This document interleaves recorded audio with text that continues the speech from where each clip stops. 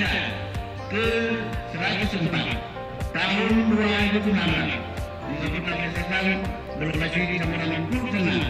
Dengan ini kami nyatakan dibuka.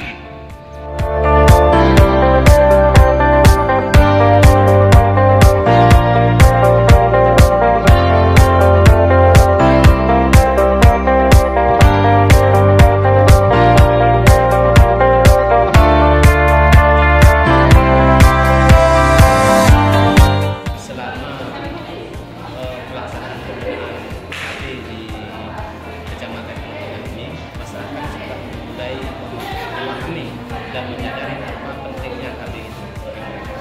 Intinya petugas KB dalam melaksanakan pengembangan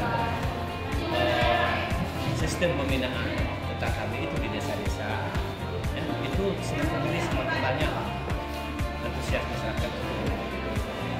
Kami memang mendukung semua program yang dilakukan dari KB yang selalu berprestasi sama kami.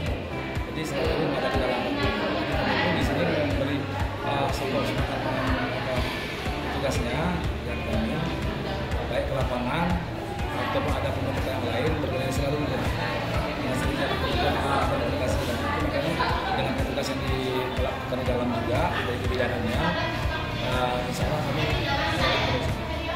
selama ini setelah kita canangkan kampung KB di Sulawesi Selatan tahun ini sebanyak 21 desa, bahwa di Kruk Tengah ini juga kita canangkan di sini bahwa kampung KB di sini masyarakatnya sangat mendukung dengan program-program yang kita bawa, terutama bahwa program KKBPK-nya dan juga lintas sektor yang bersama-sama untuk membangun bagaimana kampung KB ini jangan tertinggal lagi.